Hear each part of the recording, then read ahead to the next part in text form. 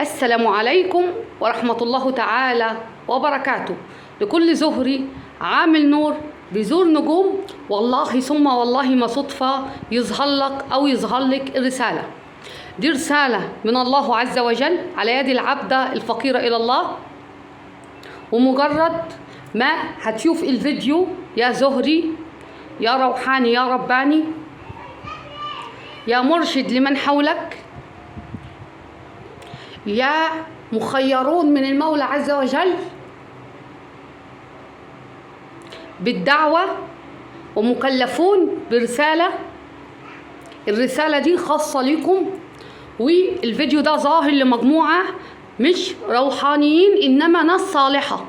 بمعنى مدام صابرين لما باجي أتكلم على الروحاني الرباني الحقيقي وعن الزهري وعامل النور بذكر مجموعة محددة، وهم روحانياتهم من عند الله، نورهم قائم ومستمر من عند الله، حفظهم حفظ حصين ومدد وعون من الله عز وجل وملائكته فقط. الروحانيات اللي بنتكلم عنها هنا ناس مكلفة بالدعوة في سبيل الله، الأعمال الصالحة، لأنهم وارثين لأجداد أبوين صالحين والكثير والكثير والكثير. وتكلمت في فيديوهات سابقة ولازم أتحدث لمن يدخلون الفيديو، والله ثم والله ليس بصدفة. دعوة دعيتوها في النهار وأنتم ساجدين أو في خفاء الليل بقلب ونية صالحة لوجه الله. أما اللي داخل هنا على روحانيات معينة بورد معين، عدد معين، لظهور خفايا أو خفايا من الآيات وكتاب الله لتسخير، دول مسخرين وبتبقوا خادمين لهؤلاء. يعني الروحانيات لما أفتح المصحف يا مدام صابرين وأمسك صور محددة وأعيد وأزيد وأكرر فيها بعدد وورد معين، هنا بيبقى وضعي إيه؟ والله ثم والله لتسير في ظلام. طب إزاي ظلام وأنا ماسك في كتاب ربي، كتاب ربنا والمصحف الشريف في آيات لكي نتنور بها ونشفى بها ونتقرب بها إلى الله عز وجل ونتضرع ونمتن، ويعلو اليقين ويعلو الصحوات الطاهرة، لأن دين الإسلام معاملات،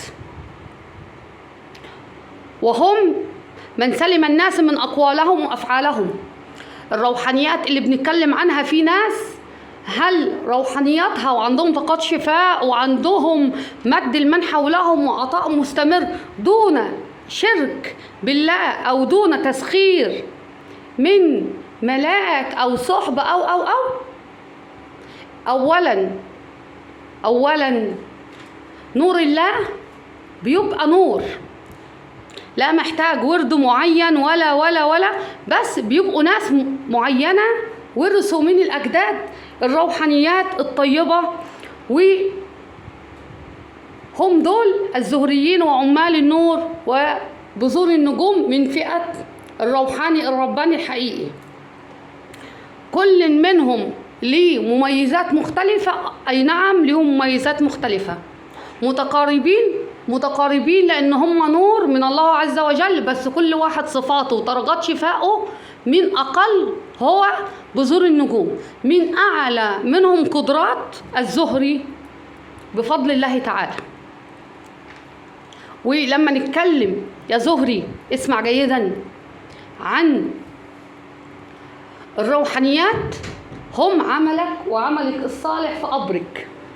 أما من يدعون الروحانيات بورد معين وأعداد معينة دول ظلام. ودائما أقول أبدا نستمع جيدا. معكم صابرين والطاقات الإيجابية. دايما أتحدث عن عالم الروحانيات أقرب للكفر من الإيمان، فلنصمت جيدا. هنبدأ بالصلاة على حضرة رسول الله قبل ما أكمل الرسالة، لأني جاية لكم رسالة مهمة جدا للروحانيين الربانيين. والمن رأوا الفيديو اعرفي إن مش صدفة يظهر لك أو تظهر لك الفيديو ده طاقة شفاء، بشارة لخير قادم بفضل الله، لأن مجرد دخولكم على الفيديوهات قسما بربي وهذا من فضل ربي اختلاف تام في الطاقة، شفاء لكل من هو موجود من طاقة الزهريين بفضل الله ونعمه، وهذا من فضل ربي وهذا من فضل ربي وهذا من فضل ربي. فلنكمل الحديث. بسم الله الرحمن الرحيم. اللهم صل وسلم على سيدنا ومولانا محمد، شجرة الأصل النورانية ولمعة القبضة الرحمانية وأفضل الخليقة الإنسانية وأشرف الصور الجسمانية ومعادن الأسرار الربانية وخزائن العلوم الاصطفائية، صاحب القبضة الأصلية والبهجة السنية والرتبة العليا، من اندركت النبيون تحت لواءه فهم منه وإليه، وصل وسلم عليه وعلى آله وصحبه عدد ما خلقت ورزقت وأمت وأحييت إلى يوم تبعث من أفنيت، وسلم تسليما كثيرا، والحمد لله رب العالمين. قبل بداية الفيديو هشكر كل القائمين في القناة، العائلة الروحانية الزهرية عمال النور بذور النجوم، حياكم الله جميعا، والكل من يدعم القناة من ميزة انتساب السوبر شات، عضوية القناة، كل اللي بيدعمنا بلايك، بيعمل مشاركة للفيديوهات لتكبر العائلة الروحانية في جميع أنحاء العالم وشتى أنحاء العالم بجميع اللغات والثقافات. حياكم الله جميعا لكل الروحانيين الحقيقيين الربانيين. ولما نذكر روحانيات قلنا النور الإلهي من عند الله، الشفاء من عند الله بقوة لا إله إلا الله وحده لا شريك له.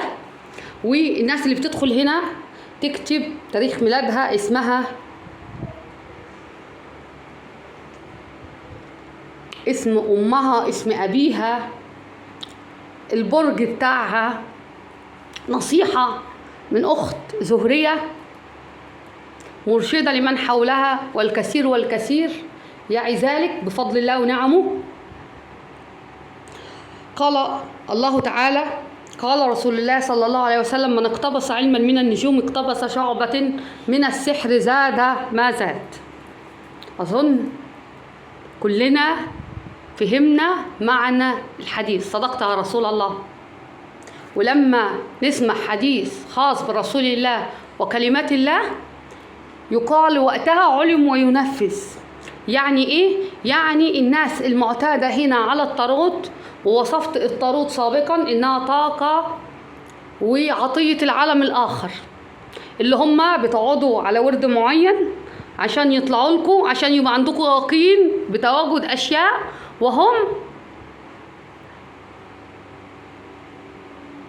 الذين يظهرون لكم الوهم والظلام، طردوا من رحمة ربنا من جنته، فهتتبع الشيطان.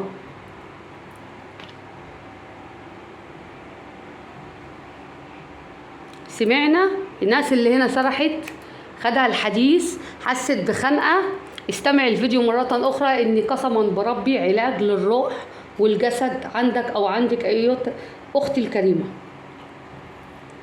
فنغير الثقافات بقى، نعلى لنور الله، نعرف إن إحنا من خير الأمم، رسولنا الكريم والشريف، نتمثل بالدين الإسلامي صح.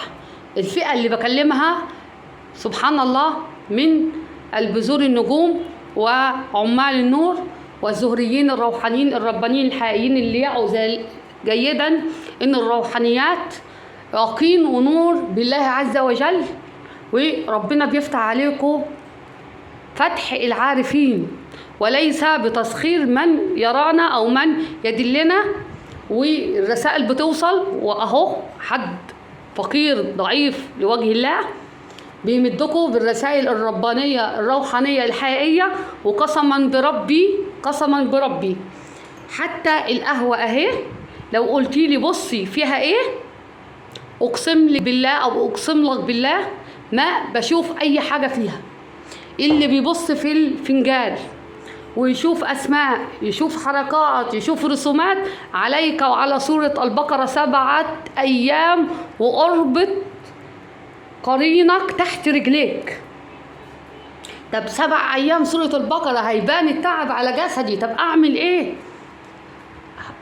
القرآن شفاء للناس اجمعين، منهم من المسلمين وغير المسلمين، والكثير يقابل في حياته من ليس مسلم ويحب سماع القرآن، لأن الجسد طبيعته مسلم، لأن الإسلام دين الحق بفضل الله، وهذا نعم من الله عز وجل على عباده الضعفاء والفقراء، لأن الخالق رحيم بالمخلوق وخلق الجميع ويعي ويعلم قد إيه البني آدم ضعيف.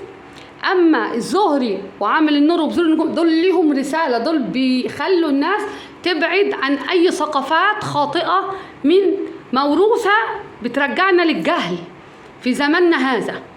يعني أنا بروح لدجال وشيخ وأقول له ارقيني وأقول له اعملني، أنا بدمر حالي. والرسالة هنا للناس اللي فئاتها، خدوا بقى البشرة من الزهريين، وقسما بربي المعلومات اللي بقولها لكم دي ما هتلاقوا حد يقولها لكم، واشهد الله عز وجل بصدق كلامي، والموجود هنا يعي ويعلم قد ايه انا صادقه بكلماتي مع الناس، وقد ايه نخاف الله عز وجل، وقد ايه بتجيلنا تهديدات وبيجيلنا كلمات من قنوات كبيره تقول لي مش هتخلونا ناكل عيش. ولما ناكل عيش يعني بندخل جهه المال. فيا مرشد، يا روحاني، يا رباني، يا اللي بتستمع الفيديو، إياك والمال تنتظروا من مخلوق.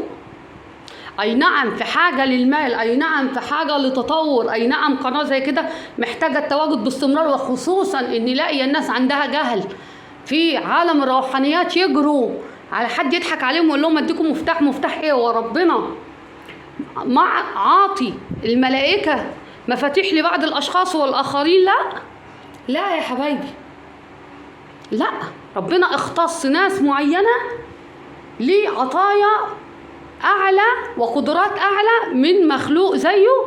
وهنا المخلوق اللي زيك مش بيبتزك أو يقول لك مقابل مال، لأن سمعت حاجات في الخاص يكاد تكون تخلي الشعر يقف.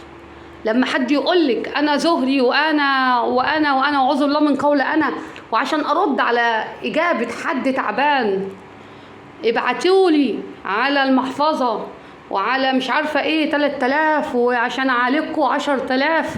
الحاجات دي يا جماعة انتوا ناس عاقلة وناس كبيرة وتبلغوا في العمر مش قليل، واللي فات من أعماركم مش قد اللي جاي. فلنتقي الله ونمسك في دين الله، ونعرف إن الروحانيات اللي بنتكلم عنها عملك أو عملك الصالح في قبرك، اللي مهما عشت في الدنيا هتدخل القبر وهتتحاسب. فلنتقي الله في أنفسنا وفي أجسادنا. الجسد ده مش ملكك، الجسد ده ملك الله عز وجل، ده أمانة عشان لما تروح هتتحاسب عليه أو تتحاسب عليه. لا ننسى الدعاء لأبي رحمه الله، دي سبحة أبي، والكل غالي فقد. الدعوة المتوفي بتاخد لحظات، إنما عنده بينتظرها كهدايا من الأحبة. فأكثروا وأخلصوا النوايا لمن فقدناهم. والله أكبر، الله أكبر، دي بشرة خير للجميع. ومعلومة بسيطة كده ومش بسيطة، يعتبر كنوزه من أول حد يقولها أصلا في مجال الزهرية، إلا القلة اللي موجودة هنا اللي تعلم أن الزهرية ليس بخرافات وظهور أشياء تشل من هنا تحط لي هنا وتجيب لي من هنا تديني هنا. يقين بالله ونور الله أعلى بكتير من المال اللي انتوا بتفكروا فيه.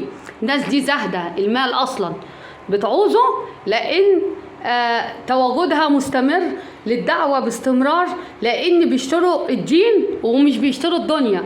طب بيطلبوه من بشر، والله انت نفسك ما تحكم على نفسك.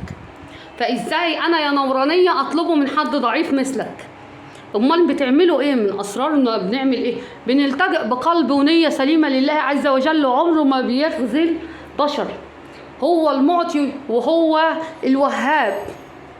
لما بدعي الوهاب واقول له ارزقني يا رب بقوه لا اله الا الله، سيسخر لك بلاك على هيئه بشر يدعمك ويقف جنبك ويسهل امورك ويمسك ايده في ايدك لكي تعدي على بر الامان. وهنا بشرى للناس اللي في ضيقه واللي كل ده بفضل الله زايل، ما هيبقى الا الفرح والا عطاء الله. طب ايه الرساله اللي جايه لنا مهمه جدا من ملكنا الحارس؟ اعطاء الفقراء. طب اعوذ بالله من قول انا فقيره الى الله، اطلع على قد مستوايا. لو املك 1000 جنيه هطلع منه جزء لوجه الله، اتصدق. ما نقص مال من صدقه، قل مالك اكثر من الصدقات هيزيد مالك تاني. هي كده الميزان كده.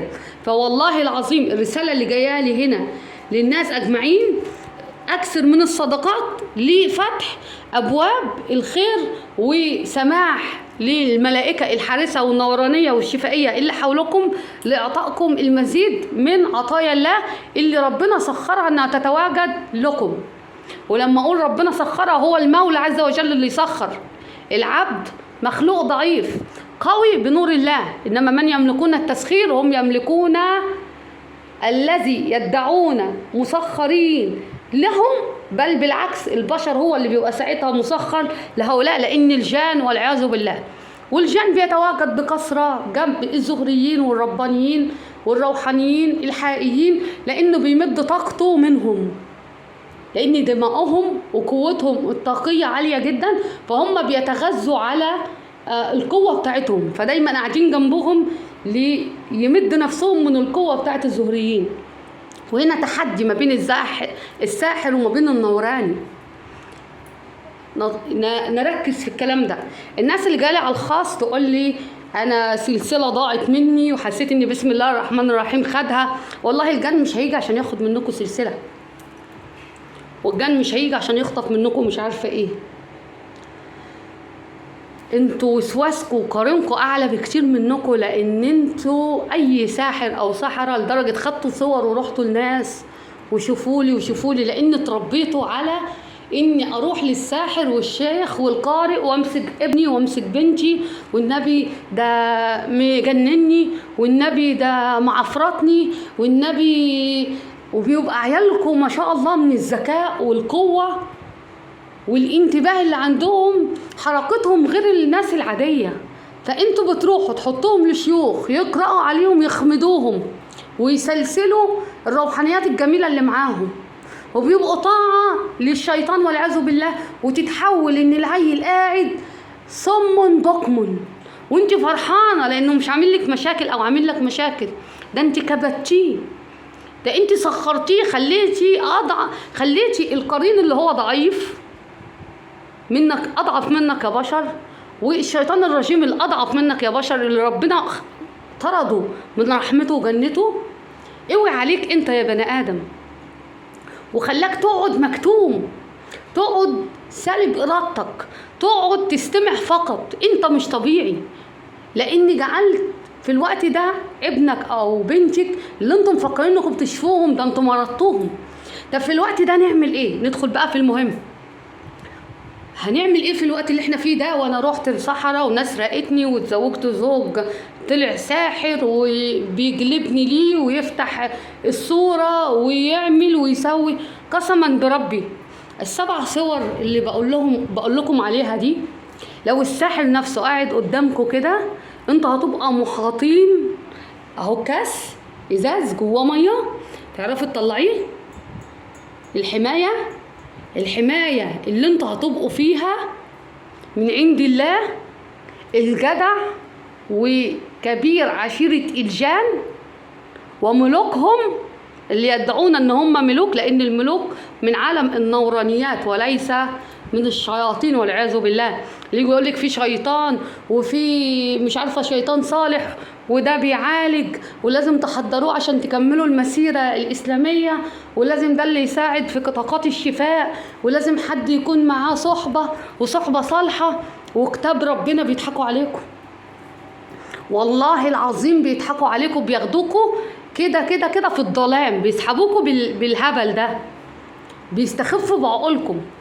تخيل انت بقى يا مسلم يا قوي، يلي رسولك محمد صلى الله عليه وسلم ودينك الإسلام، وسيدنا عمر وسيدنا أبي بكر وعلي رضي الله عنهم وأرضاهم كانوا من الصحبة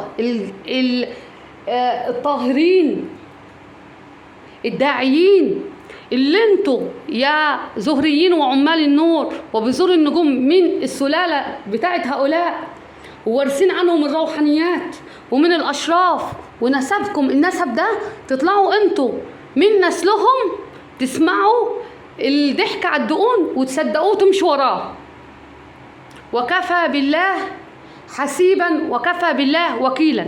ننتبه، نصحى، نسمع ونعقل اللي ربنا جعلك انت بمخ وعقل، الصح من الغلط، ما نتبعش هؤلاء الضلالة والضلمة والعياذ بالله والشرك بالله، لانك هتطرد من رحمة ربنا ومن جنته زي ما ربنا طرد إبليس واللي قاعد يتعبد المولى 80,000 سنة، وفي الآخر دخلوا الكبر والتعالي، فربنا غضب عليه وطرده، وهو تحدى المولى عز وجل وعلى البني آدم الضعيف اللي نفسه ضعيفة، اللي هيجي عن طريق المال، اللي هيجي عن طريق ان انت بقى هتبقى ولي من أولياء الصالحين.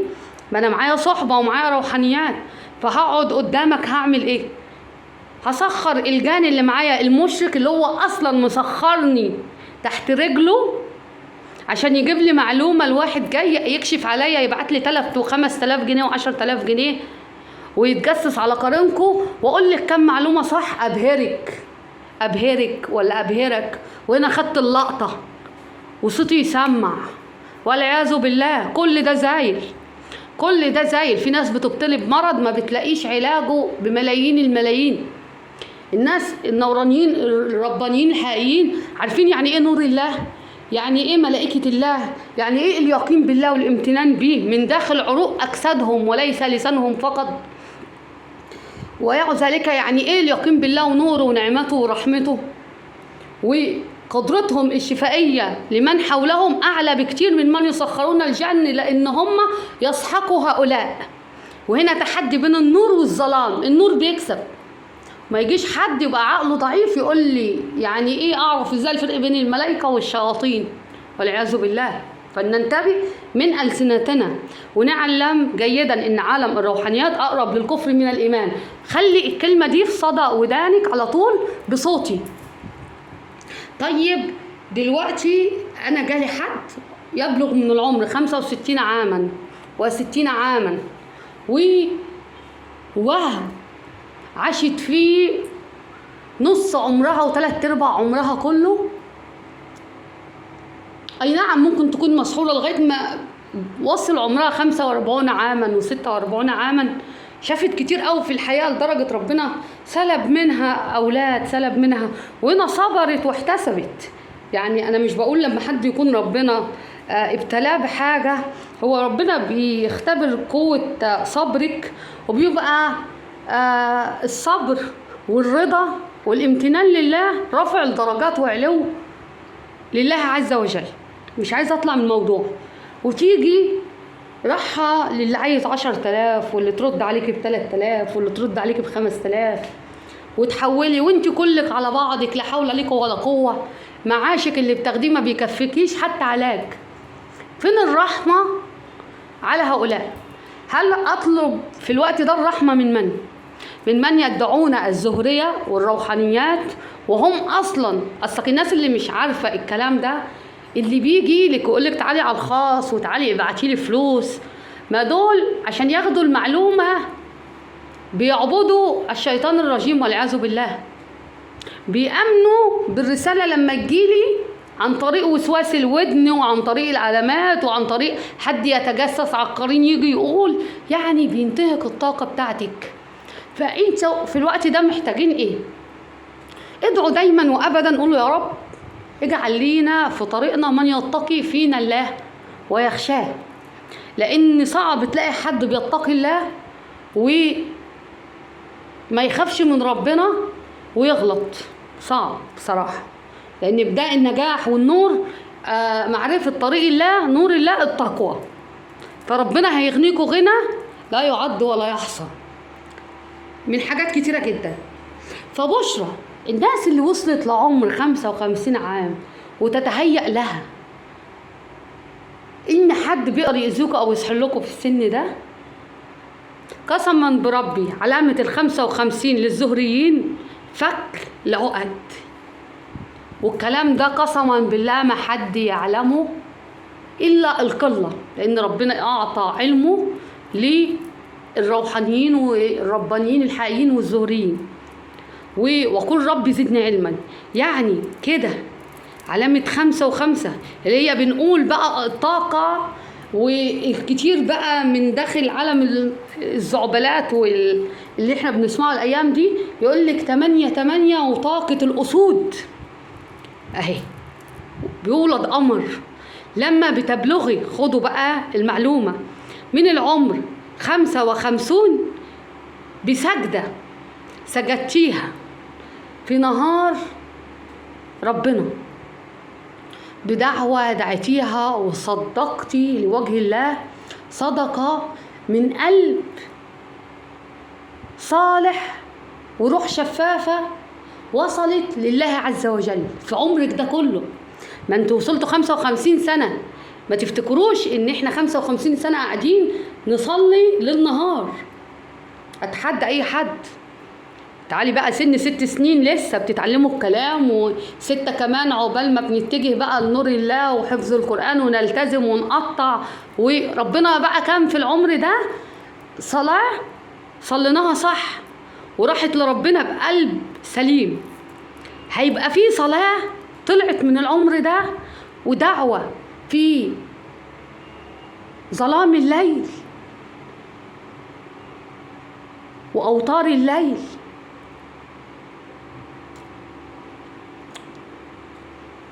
طهرة شفافة وصلت للرحمن عز وجل. والمولى عز وجل قسم إن يا أرض تكوني حنينة على هؤلاء. ومن هنا سبحان الله يقول لك ايه، ربنا جعل السحر يترد على الساحر والظلم على الظالم. خلاص هي مشيئة الكون، لأن ربنا بيفضل ناظر للمظلوم طول عمره. طول عمرك انت يا مظلوم وعمال تتظلم، في وقت قد ايه مين اللي ناظر ليك؟ المولى عز وجل، لأن هو توعد بأخذ حق المظلوم. فتخيل يا ضعيف، يا مسلم، يا موحد بالله، يا من تذكره، يا من تحمده، يا من تشهد به، يا من يملاك ويملأ جسدك الذنوب والخطايا، والله عز وجل يعي ذلك ويسامحك ويغفر لك، بل كمان يرد لك حقك. الله أكبر، سمعونا الله أكبر ولله الحمد، سمعونا الله أكبر ولله الحمد. يا زهريين يا روحانيين، زلزلوا آيات الله والصلاة على حضرة رسول الله وقول الله أكبر وقوة لا إله إلا الله وحده لا شريك له في كل مكان انتوا فيه، لأن بفضل الله الفيديوهات دي مش رايحة غير لحد روحاني وحد فعلا معاه ملائكة حارسة وحد ربنا بيرد مظلمته. يبقى أنا من سن 55 محدش يقدر يسحلي، تطلع بذرة غير صالحة من نفس عمرك. يعني مش هيجي حد صغير في الوقت ده اللي هيضحك عليك يقول لك ده حد صغير سحلك، او جايه مرات ابنك تسحلك، الفتنه بتاعت الشياطين وشغل حلق حوش ده. لا، ممكن حما قصاد حما تغير وتخمدك، غارت منك. طب في الوقت ده هعمل ايه؟ هتعب كام سنه؟ 7 سنين. عند 57 سنه 58 سنه بتفك عقد جديده، والجدع في الوقت ده يجي جنبك طول ما انت ماشي ستريت، ماشي بموارد الله، ماشي تتقي الله، ماشي تستغفر، ما توجهتش للدجالين، ما توجهتش للشر بالشر. في كده في كده، لو انت مش منهم راجع نفسك، لازم توصل. ما انا عشان اوصل لربنا ونوره اضحي، ما اجيش احط في قلبي غيره وحقد وحسد وظلم فلان وفلان. ما احنا عارفين انك اتظلمت بس ما كنتش ضحيه برضه. انا لما اجي انا محدش يعرفني وبعت لي صورته وبعت لي صورتها وشوفيني ده انا كنت جميله، ده انا كام مره اتخطبت، كام مره اسرار بتتقال لي انا ما اقدرش اقول لمين ولا ايه، بس لازم الجميع يستفاد منها. حبيبه قلبي، حبيبي ابني، بنتي حبيبتي، تبعتوش صوركم لحد ولا اسمكم ولا اي حاجه تخصكم لحد. اتظلمت اتجه لنور الله، ادعيه هو اللي هيستجيب وهيفك لك عقدك.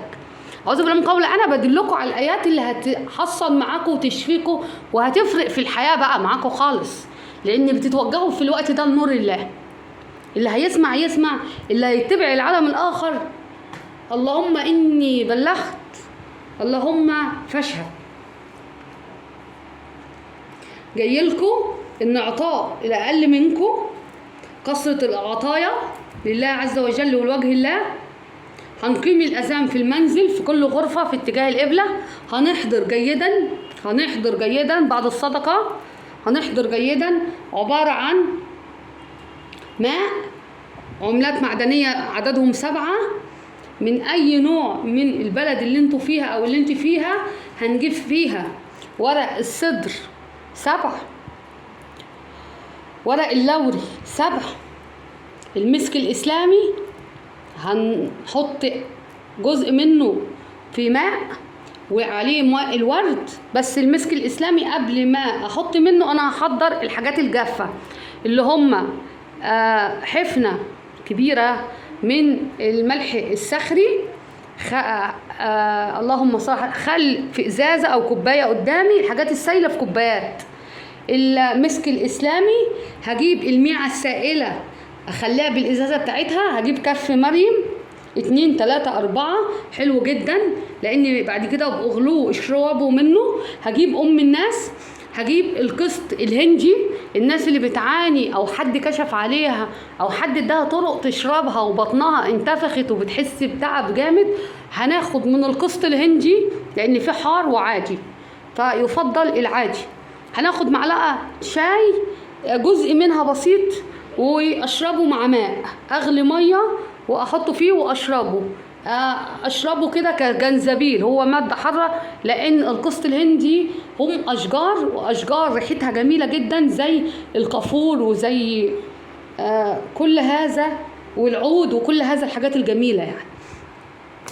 وهقرا الزلزله 7 مرات، المعوذتين، فاتحه الكتاب، اواخر سوره البقره، اللهم صل على حضرة النبي، آية الكرسي، كل منهم 7 مرات. وهنضف المنزل، هغتسل بيه، هغلي من كف مريم واشرب، هبخر الحاجات دي، هطحن كف مريم وهطحن الحاجات الباقيه دي وهبخر بيه المنزل. هاجي عند الركن ده هجيب القرفه العيدان 7 من القرفه العود، هنقطعه 7، وهنجيب خيطه حمراء هنربطها، وفي الجنب ده 1 الزوايا البيت، هيكثر الرزق في البيت بفضل الله ونعمه. سورة الواقعة تكسر في البيت من الرزق.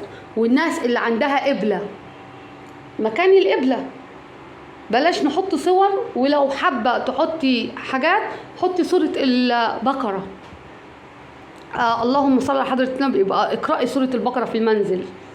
هنحط الواقعة باتجاه القبلة، هيكتر رزق معاكم جدا جدا الناس اللي بتعاني هنا من ضيق في الحال، وابشروا بفضل الله تعالى. هتحسوا فرق جدا في الطاقة، فرق جدا في الصحة العامة، وفرق جدا في حاجات كتير عندكم. تمام؟ هنقول اللهم اكفنا شر خلقك، اللهم اكفنا شر خلقك، اللهم اكفنا شر الحاسدين والحاقدين والظالمين والساحرين والمتربصين والفاجرين والمنافقين والماكرين الذي قلت وقولك الحق، اللهم أكفيناهم ما شئت، اللهم كفهم وصدهم ورد عني كيدهم، اللهم اجعلني في نحورهم وأعوذ بك من شرورهم، وحسبي الله ونعم الوكيل. طولت الفيديو، اعتذر للجميع، كله مفيد للناس اللي موجودة. الطاقة اللي جاية لك دي مش صدفة تظهر لك. الناس اللي حد رأى عليها أو اتكلم أو هتقرأ سورة الجن على مية هتقلبها العكس وهتشربها. ال7 صور اللي اتكلمنا عليهم في البداية، وما يريد أن ينسينا إلا الشيطان، وما الزوريين إلا أن يمحقوا بالشيطان الرجيم. قراءة كل من يوميا لمدة أسبوع كامل سورة غافر، فصلت، الزخرف، الدخان، الجاثية، الشورى، الأحقاف.